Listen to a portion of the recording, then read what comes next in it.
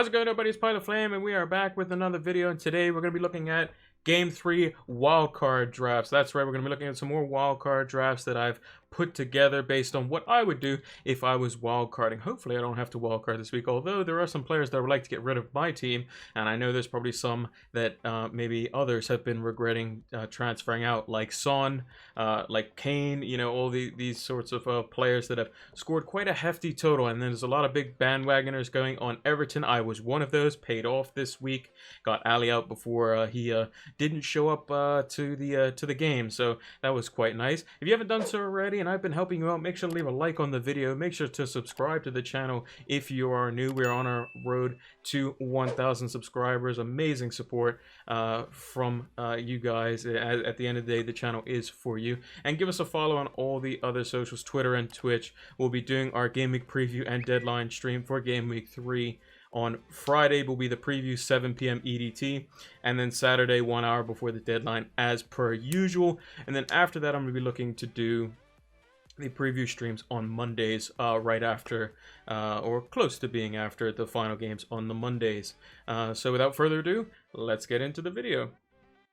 So the first draft that we have here is going to be somewhere around the 100 million squad value, using as much money as possible. And I tried to get a pretty, solid team, not making too many crazy changes, but ones that kind of get the, kind of like the coverage, as it were, kind of all the crucial teams that may have good fixtures. It does rely on a heavily rotational system in terms of like the back line.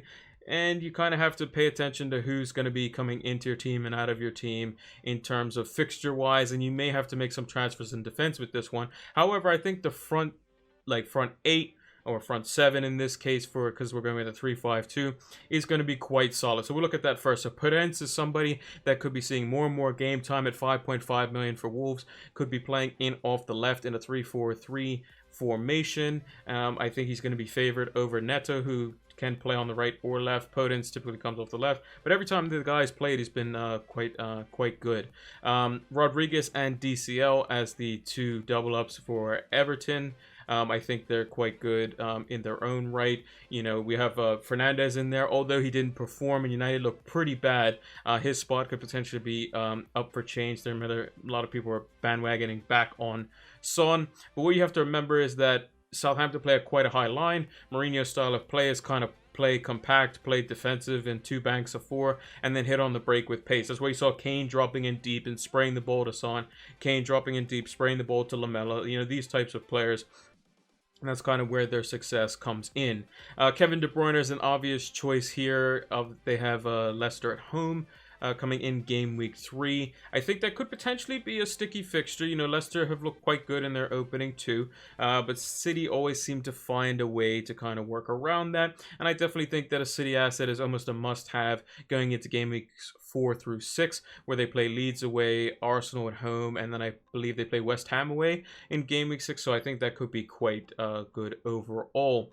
This formation does, however, rely on the fact that Ryan Brewster is going to be a somewhat of an option at 4.5 million by the end of the window. There's some moves, speculating that he might go to Sheffield United. If he goes to the Championship, then you have a 4.5 dot on your bench, so it is quite risky in that regard. And then Raul Jimenez is someone who's going to have excellent fixtures from Game Week 3 onwards for the foreseeable future, and he could potentially score against everyone. I would not be surprised if him or Traore got on the score sheet versus Manchester City and potentially won that game. They're that type of team. They're very good versus Manchester City historically since they've come up, and I think that he's a main part of that. In defense, we've gone with 2 cheap 4.5 defenders, and we have 2 4 million defenders on the bench, 2 Crystal Palace boys, and then Trent Alexander-Arnold. If you wanted to make some, room in there, you can go from Trent to Robertson, who's been looking a bit more attacking, although Trent had some set pieces that he could have potentially put away, but once these set pieces are a bit of a, higher variance in that regard. You can take the 0.5 million from Trent and you can put it into one of the Crystal Palace defenders on the bench. We've gone with McCarthy and goal, still solid fixtures up until the Christmas break. So overall, I think this is going to be quite a solid team going forward. It doesn't have room for much flexibility, and Bruno Fernandes's price point at 10.5 million is kind of a bit of an issue if you wanted to get like double City or specifically like Sterling, or if you wanted to take him out, swap Brewster, then put a 4.5, and it requires at least 2 transfers to go from him to Aguero or him to Jesus or somebody like that. And with United's form in the first game versus Palace, that could be quite a problem, mainly because he just wasn't involved. And when Donny van der Beek played, he played in Pogba's role, which was in a double pivot, which means he was a deeper lying playmaker, which can see him being the assist of the assister, which in fantasy terms means he doesn't get any points. However, he's still on penalties, and we have seen there's been quite a lot of penalties so far this season. It's not even Game Week 2's finish, and there's been so many. I believe it was 106 or something like that last season. But now with the new handball rule, kind of basically if any time the ball hits the arm by a defender, if it's outstretched, we could be seeing a lot more handballs given. But overall, I think this formation is quite flexible. Lamptey does have a tough fixture in the first game that you would have this team, but apart from that, overall quite solid. And I'd be greatly considering some of these players that you see in this draft going into Game Week 3 if you're wildcarding.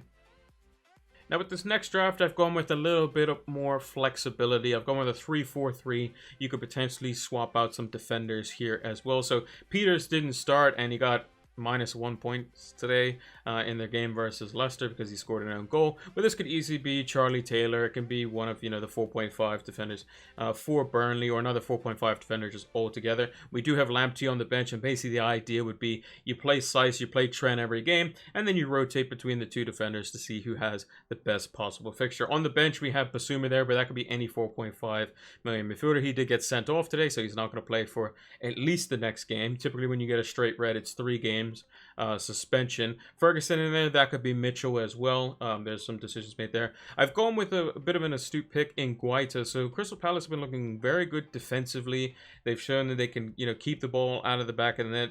I mean, United weren't great, but against Southampton, Guaita was making save after save after save, and the fixtures are actually really good all the way up until Christmas. They have a lot of FDR ratings of 2 in there, and I think Guaita at 5 million could prove to be quite valuable. He is very good at just shot stopping in general, and he does what Palace need him to do, which is keep the ball out of the back of the net. He could be this season's type of Nick Pope, as it were, like 5 million being like the cheap kind of set and forget goalkeeper. McCarthy's 4.5, Ryan's 4.5, but it's kind of a bit weird with Southampton. They've lost their first 2 games against the their second game they lost against the Jose Mourinho side that was pretty underwhelming in Game Week 1. So that could be a bit up in the air, and people might be swapping goalkeepers there. Martinez from Aston Villa, they've improved defensively, and he's a very good shot stopper, very good distributor of the ball. So we could potentially see him in there. That's another possibility. We can open up another 0.5 million. And in midfield, we've gone with some pretty familiar faces: Mohamed Salah, Kevin De Bruyne, these types of season keeper players. James Rodriguez and DCL have returned as well in this draft.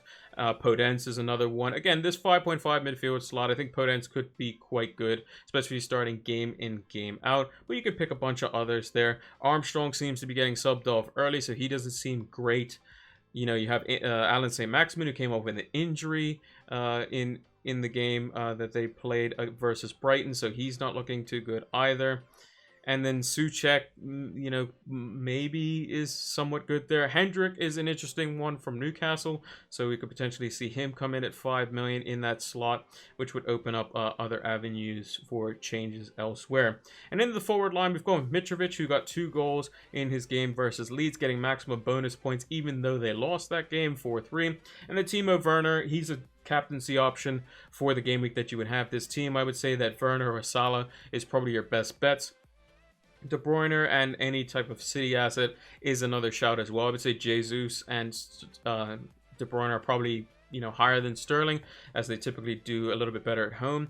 But I think Werner, with West Brom looking as bad as they were, I think he could potentially get off the mark. Having a rough game versus Liverpool, having Christensen sent off is just something that he can't really deal with. Kai Havertz was unfortunately a sacrifice there, as they went for more pace on the break with Werner and the likes of Mason Mount. So I think he's definitely still a great option there. And if he doesn't perform in the next 2 games after that, you can reassess over the international break. You can bring in Jimenez if he hits form. You can bring Danny Ings, who got a, he got a brace as well. People were taking him out for Martial. That seems to be a very bad transfer already because Ings got 2 goals and Martial didn't get any. It didn't look like he was able to even touch the ball. So I think that this potential formation with 3-4-3 opens a lot of room for flexibility.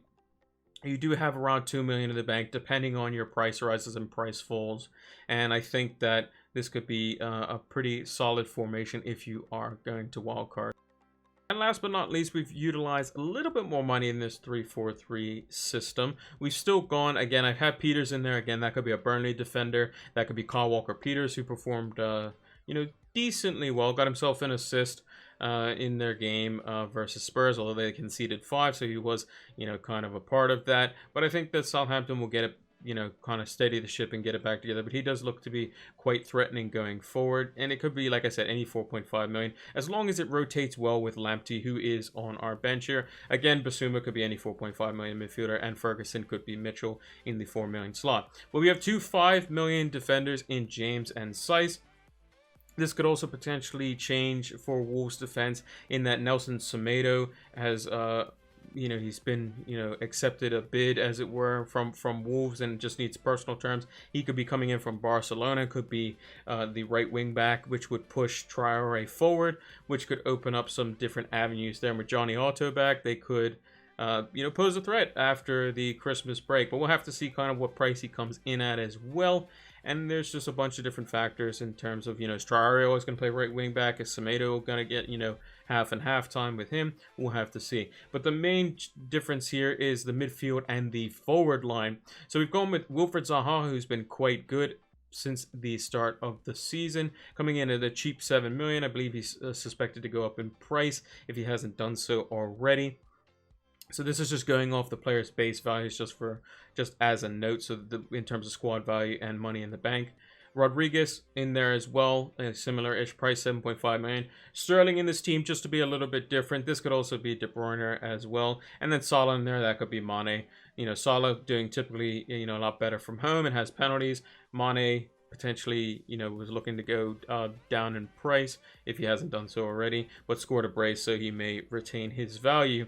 And then with the front 3, we've gone with Dominic Calvert-Lewin, who is quite good. That could also be Richarlison if you shift some funds around, who also look good. I just think 2 Everton assets for the run of fixtures are pretty mandatory, really, whether it be a combination of Dominic Calvert-Lewin, Richarlison, and James. I think those 3 are looking quite good. Even Decore could be quite astute, who's also at 5.5, and I think he's looking better than Armstrong and St. Maximin in that regard.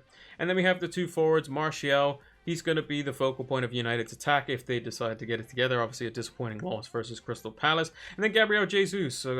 Pep came out in his press conference. He said that Aguero is going to be out for 1 or maybe 2 months with his injury. Now, there was, talks that he was going to be back for the Champions League final. Clearly, that didn't happen. So he's going to be out for quite a while. And if you're, a Man City player and you play up front for Man City, who tend to score a lot of goals, I think Jesus is a pretty good pick in that regard. So 9.5 million, same price as Werner, so a quick switch there. So if Werner doesn't do anything versus West Brom, you could potentially go straight to Jesus in a one transfer move. And I think he could be quite good going forward. If Martial doesn't perform in 2 transfers, you could potentially downgrade him to the likes of Wilson. You can downgrade him to Mitrovic, who is doing quite good. And then you have, anywhere from 2 to 3 million to put elsewhere.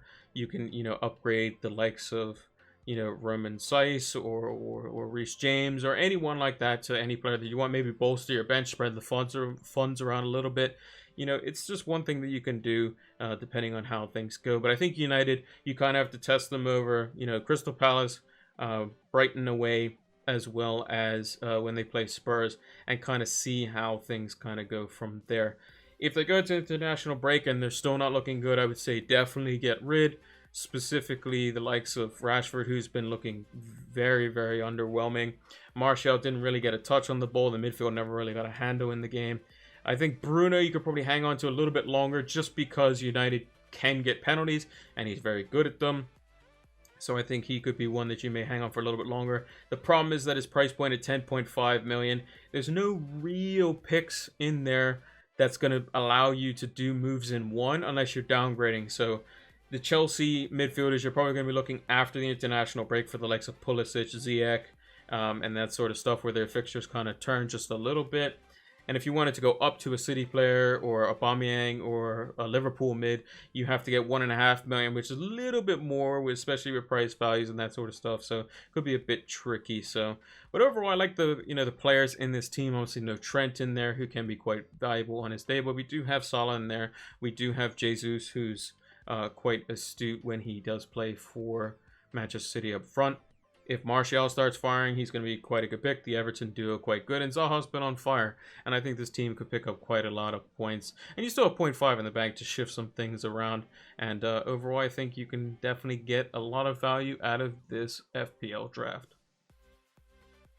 And that's going to do it for this week's edition, Game Week 3 Wildcard Drafts. If you enjoyed the video and you approve of these drafts, make sure to leave a like on the video. Make sure to subscribe to the channel if you are new. A lot of fandom for the Flames Recruits League. I can't believe I was in like the bottom 20% of my own league. Don't worry, my team's doing a little bit better this week with some of the accusations we've put into our team. So you got to leave a like on the video for me climbing up my the table in my own league, even though I started off quite badly. But again, it's a marathon, not a sprint. Is FPL a culmination of things and decisions that you have to make across the whole season. And turn those notification bells on so that you can get the content as soon as it is readily available. Also, give us a follow over on Twitter and Twitch. Twitter, we have the league code where you can join our Flames Recruits League, as well as I do a little bulletin as to what videos are coming out for for the week. And it's something where you can kind of say, oh yeah, he's doing his captaincy video on Tuesday, oh he's doing a new series this day, oh this is the time that he's going to be doing this stream. And it's a little bit important there, so you can kind of get a gist of what things are going on. Eventually FPL will be all on YouTube, so it make it a little bit easier. So if you just have the notification bell on, you'll see when I go live. But I just want to kind of balance out all of the platforms and get them up to a good level. And then at a point I'll put an update saying we're moving everything FPL to YouTube, and then we can go from there. Also on Twitch is where we do our preview streams, and our deadline streams will be doing one, like I mentioned, this week as well. Friday, 7 p.m. EDT for our preview stream for Game Week 3, and then a deadline stream 1 hour before the deadline closes, so make sure to tune in for that. Thanks for watching the video, and until the next one, take care.